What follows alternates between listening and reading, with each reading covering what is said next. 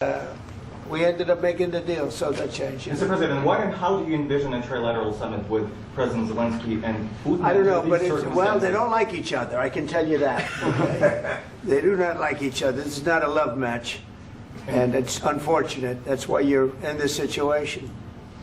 The United States should not have allowed this to happen, okay? The United States, run by a man that didn't know much, I'm going to be very nice, run by an incompetent person, very incompetent person, should never have allowed this to happen.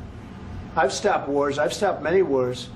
My people will tell you, I stopped wars that nobody ever heard about. I stopped wars before they ever started. You can look at some of, I could give you a lot of nations that would tell you right now they were probably going to war. I could tell you right now there's a nation thinking about going to war on something that nobody in this room has ever even heard about. Two smaller nations, but big, still big. And I think I've stopped it. But this should have never happened. Mr. President, sorry, just a second. About any negotiations. First of all, I want really to tell you, and I think that everybody understands that Ukraine, modern Ukrainians, nobody wants to stop this war. But at the future, any negotiations, it's understandable that two sides of the war, not Russia and the United States, because this is not the war between Russia and the United States. This is war of Russia against Ukraine and Ukrainian people. So these two sides will be at the anyway will be at the negotiation table. Then of course United States, like the strongest partner of the Ukraine, and of course Europe. I think Europe is very important. I want to speak about it with the President. Yes, Europe is very important for us because we really defend Europe for today. All Europeans really recognize that we are defending the line and they have real life and our people are dying. That's why they helped us. And also it's about the NATO. Yes, between, like the President said, you have big, nice ocean. Yes, between us. But if we will not stay, Russia will go further to Baltics and to Poland, by the way. But first to the Baltics. It's understandable for them because they've been in the USSR. You know, they've been one of the republics of the USSR, and Putin wants to bring them back to his empire. It's a fact. And when he will go there, if we will not stay, you will fight. Your American soldiers. It doesn't matter. Do you have ocean or not? Your soldiers will fight. Mr. President, would you be willing to visit Ukraine, maybe Kyiv or Odessa, which is known to be at the Riviera or Black Sea? It was my question. I'm sorry. I don't want to talk about Odessa now. Let's not talk about Odessa. I want to talk about making a deal, getting peace. We don't have to talk about Odessa, but a lot of cities have been destroyed. A lot of cities that are not recognizable. There's not a building standing. No. And a lot of things Mr. President, you have to come and to look. No. We have very good cities. Yes, a lot of things have been destroyed, but mostly cities alive, and people work, and children go to school. Sometimes it's very difficult. Sometimes closer to front line, children have to go to underground schools or online, but we live. Ukraine is fighting, and Ukraine lives. This is very important. And maybe it's Putin is sharing this information that he destroyed us. No, he lost 700,000 people, 700,000 soldiers. He lost everything. Yes. So. Mr. President, one more. I mentioned Poland. Please go ahead. When did you last speak with President Putin, and what did he say that? A couple of days ago. And what did he tell you that gave you the assurance that he wanted peace? Well, that's what I do. My whole life is deals. I know pretty good. And I've known him for a long time. I've dealt with him for a long time. He had to suffer through the Russia hoax. You know, Russia was a hoax. It was all Biden. It was nothing to do with him. So he had to suffer through that, and he was able to do that. I think that he wants to make a deal, and he'd like to see it end. That's all I do. That's what I do. My whole life, that's what I do is make deals. And I'm in the middle of a mess because this is a real mess. It's a very dangerous one. If this doesn't get solved now, it's not going to get solved for a long time. So I hope we're going to get it solved. In the back, please. Thank you, Mr. President. Prime Minister Starmer claims repeatedly that his government believes in free speech and was not engaged in censorship. But his country's government arrests people for memes and thought crimes, and even more worrisome is pressuring American companies to censor Americans on its behalf. How can he be a reliable, trustworthy partner when he says things that are demonstrably false on such an important topic? Well, we actually spoke to him about that yesterday, and we thought they took it very, very much too far. JD was very strong on it. So was I. So was Marco. And we've been speaking to him about it. Marco, would you like to say something about that? Yeah, we have concerns, obviously, with the conduct of those, particularly as it impacts Americans. And there's real concern that American speech, which is online, could fall into the hands of British or any country's jurisdiction. And so this is a point the Vice President made at Munich, and I think it's a very compelling one, that what unites us with Europe, as much as anything else, is these shared values, and one of them being free speech. And so if Americans are threatened by it, we're going to need to take action in that regard. Mr. President. It's actually a very important question. We spoke about this in detail with the Prime Minister, the Foreign Secretary, and others at lunch yesterday. And I know that Secretary of Commerce Lutnick followed up in private meetings last night. This is really important. We believe Americans have the right to speak their mind, even if we in this room disagree with them. They have the right to speak their mind in the public square, which is often online these days. And we're going to defend that right as it pertains to American companies and American citizens vigorously if we have to. I do think that under the President's leadership, we're going to find common ground with our friends in the UK on this question, but it remains to be seen. The principle that will guide us is we believe in free speech in this country, and we'll fight for it for American citizens. Mr. President, on the deal, is there any other oil and gas component to the deal? Is it all critical? A little bit. We'll see. On LNG? But we're not really looking for that so much. We got a lot. We have more than anybody in the world, by far. So no, we're not talking about it too much, but a little bit. I think it affects also, but for the most part, no. And sir, is there any agreement from Ukraine to purchase U.S. LNG as part of the deal, or is that on the table at all? No, we don't need that. Mr. President, I just wanted to ask you about it. You just mentioned that you'd spoken to Vladimir Putin a couple of days ago. Just to be clear, that's a new call, not the one that you... I've spoken to him on numerous occasions. Okay. And how was the latest call? What did you discuss? How did it go? Are you serious with that question? I am. I'd love to know. It went well. I think we're going to have a deal. On the minerals deal, Mr. President, some of those minerals are in the east of Ukraine, not far from the front lines and in areas that Russia has occupied. Will you direct President Putin to withdraw his forces from those areas if there's U.S. interest? Well, we'll take a look at the time. We have a lot of area. It's a very big area we're talking about, so we'll take a look. I'll study that and I'll see. And who would protect those minerals if they are U.S. interests? Would that be Ukrainian forces? They'll be protected. European The agreement forces? will protect them. U.S. The forces? agreement, yeah, we're signing an agreement. You know? Right, but what if Russia tries to invade or there's Russian aggression in those spots? I just told you I don't think that's going to happen. And if that were going to happen, I wouldn't make a deal. If I thought that was going to happen, I wouldn't make a deal. Some people may wonder why. You know, they ought to focus on CNN on survival, not asking me these ridiculous questions. Focus on surviving, because CNN's got such low ratings. I don't think they're going to survive. Let's go. Please, go ahead. One more. I already mentioned Poland. Poland was under Russian control for decades after the Second World War. When I was a kid, I looked at the United States not only as a most powerful country, richest country in the world, the country that has great music, great movies, great muscle cars, but also as a force for good. And now I'm talking with my friends in Poland, and they are worried that you align yourself too much with Putin. What's your message for them? Well, if I didn't align myself with both of them, you'd never have a deal.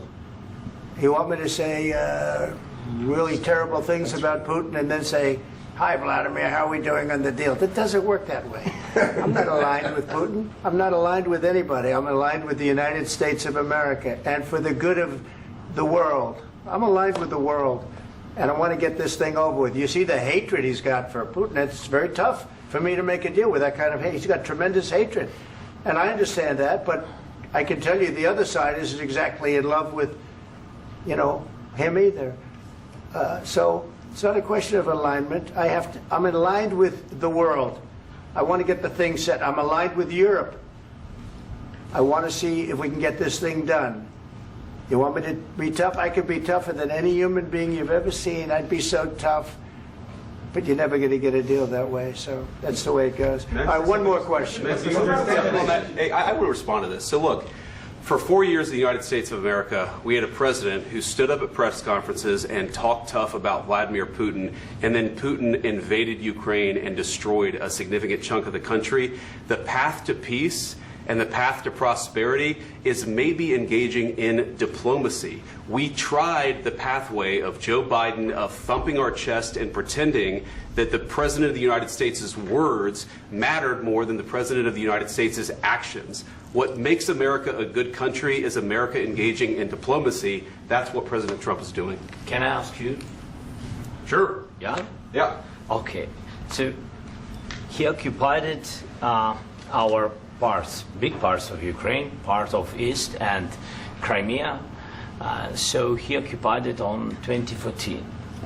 So during a lot of years, so I'm not speaking about just Biden, but those time was Obama, then President Obama, then President Trump, then President Biden, now President Trump, and God bless, now President Trump will stop him.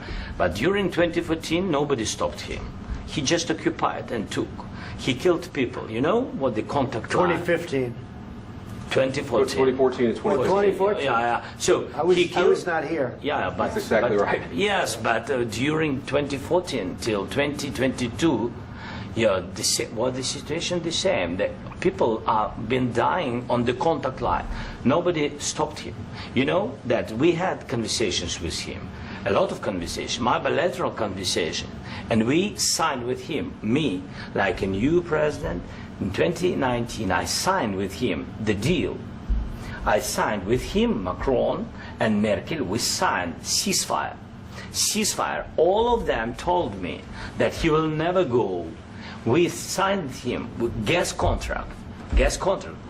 Yes, but after that, he broken this ceasefire. He killed our people and he didn't exchange prisoners. We signed the exchange of prisoners, but he didn't do it. What kind of diplomacy, JD, you are speaking about? What do you mean? I'm talking about the kind of diplomacy that's going to end the destruction of your country. Yes, but if you Mr. President, with respect, I think it's disrespectful for you to come into the Oval Office and try to litigate this in front of the American media. Right now, you guys are going around and forcing conscripts to the front lines because you have manpower problems. You should be thanking the President for trying to bring an end to this conflict. Have you ever been to Ukraine that you say what problems we have? I have been to. Come once. I've actually watched and seen the stories, and I know what happens is you bring them on a propaganda tour, Mr. President.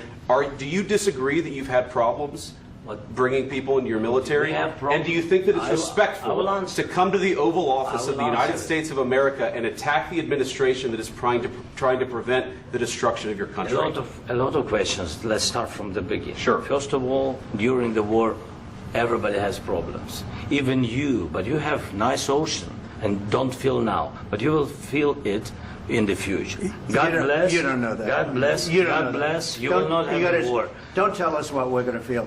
We're trying to solve a problem. Don't tell us what we're going to feel. I'm not telling you. Because you're in no position to dictate that. That's exactly what you're doing. You're in no position to dictate what we're going to feel. We're going to feel very good. You will feel influence. We're going to feel very good and very strong. You will feel influence. You're right now not in a very good position. You've allowed yourself to be in a very bad position, and he happens to be right about it. From the very beginning of the war. You're not in a good position. You don't have the cards right now. With us, you start having cards. Right now, you don't. You're playing cards. You're playing cards. You're gambling with the lives of millions of people. You're gambling with World War III. You're gambling with World War III. And what you're doing is very disrespectful to the country, this country. That's back to you. Far more than a lot of people said they should have. Have you said thank you once? This entire meeting? No, in this entire meeting, have you said thank you? You went to Pennsylvania and campaigned for the opposition in October. Offer some words of appreciation for the United States of America and the president who's trying to save your country. Please, you think that if you will speak very loudly about the war, you can... He's not speaking loudly. He's not speaking loudly. Your country's in big trouble. Can I Wait a answer? minute. No. Can You've I done a lot answer? of talking. Your country is in big trouble. I know. You're not I winning. know. You're not winning this. You have a damn good chance of coming out okay because of us. Mr. President, we are staying in our country, staying strong from the very beginning of the war. We've been alone, and we are thankful. I said thanks You haven't in been this alone. cabinet, You and haven't not been only alone. in this cabinet. We gave you, through I this said stupid president, $350 billion. You voted we gave for you your military president. equipment, You and you voted men for are your brave, president. but they had to use our military. What about West? If you didn't have You our invited military me- equipment, You invited if me you to didn't speak. have our military equipment, this war would have been over in 2 weeks. In 3 days, I heard it from Putin. In 3 days, this is something Maybe new. less. In 2 weeks, of course, yes. It's going to be a very hard thing to do business like this. I Again, tell you. just say thank you. I said a lot of times thank you to American people. Accept that there are disagreements, and let's go litigate those disagreements rather than trying to fight it out in the American media when you're wrong. We know that you're wrong. But you see, I think it's good for the American people to see what's going on. I understand, sir. I think it's I very understand. important. That's why I kept this going so long. You have to be thankful. You don't have the I'm cards. thankful. You're buried there. Your people are dying. tell you You're again, running I low know. on soldiers. Don't- Listen, don't please, you're running Mr. low President. on soldiers. It would be a damn good thing. Mr. And President. then you tell us, I don't want a ceasefire. I don't want a ceasefire. I want to go and I want this. Look, if you could get a ceasefire right now, I tell you, you take it so the bullets stop flying and your men stop getting killed. Of course, we want to stop the war. But you're saying you don't want a ceasefire. But I said to you, I want a ceasefire. with guarantees. Because you'll get a ceasefire faster than an agreement. Ask our people about ceasefire, what they think. That wasn't doesn't with matter me. for you what- That what wasn't this with me. means. It That was wasn't with with you. a guy named Biden, who was not a smart person. But this That is was your, with, this that was is with your Obama. president. It was your president. Excuse me. That was with Obama, who gave you sheets, and I gave you javelins. Yes. I gave you the javelins to take out all those tanks. Obama gave you sheets. In fact, the statement is Obama gave sheets and Trump gave javelins. You got to be more thankful, because let me tell you, you don't have the cards. With us, you have the cards. But without us, you don't have any cards. One more question to Mr. Vice President. I'm sorry. It's going to be a tough deal to make, Um, because the attitudes have to change. What if Russia breaks ceasefire? What if Russia breaks peace talks? What do we do then? I understand that it's a heated conversation right now. What are you but saying? what She's if asking, what if if Russia Putin breaks the breaks ceasefire? What if anything? What if a bomb drops on your head right now? But they have Okay? broken ceasefire. What if they broke it? I don't know. They broke it with Biden because Biden, they didn't respect him. They didn't respect Obama. They respect me. But look, Let me tell you, Putin went through a hell of a lot with me. He went through a phony witch hunt where they used him and Russia.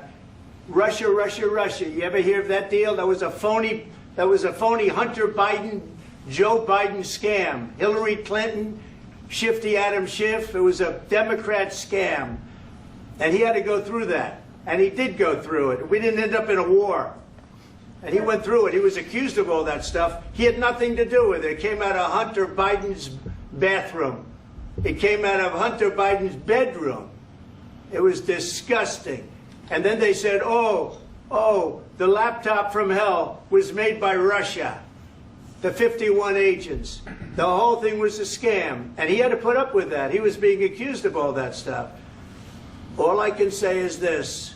He might have broken deals with Obama and Bush, and he might have broken them with Biden. He did, maybe. Maybe he didn't. I don't know what happened. But he didn't break them with me. He wants to make a deal. I don't know if you can make a deal. The problem is, I've empowered you to be a tough guy. And I don't think you'd be a tough guy without the United States. And your people are very brave. But you're either going to make a deal or we're out. And if we're out, you'll fight it out. I don't think it's going to be pretty, but you'll fight it out. But you don't have the cards. But once we sign that deal, you're in a much better position. But you're not acting at all thankful. And that's not a nice thing. I'll be honest, that's not a nice thing. All right, I think we've seen enough. What do you think? What's this negotiation? This is going to be great television, I will say that.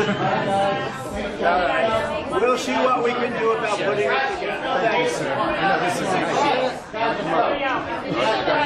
I need the back to this. Do you want to negotiate given that? We'll see. I don't know. All right, guys, come on. Wait, hey, guys, come on, let's move, please.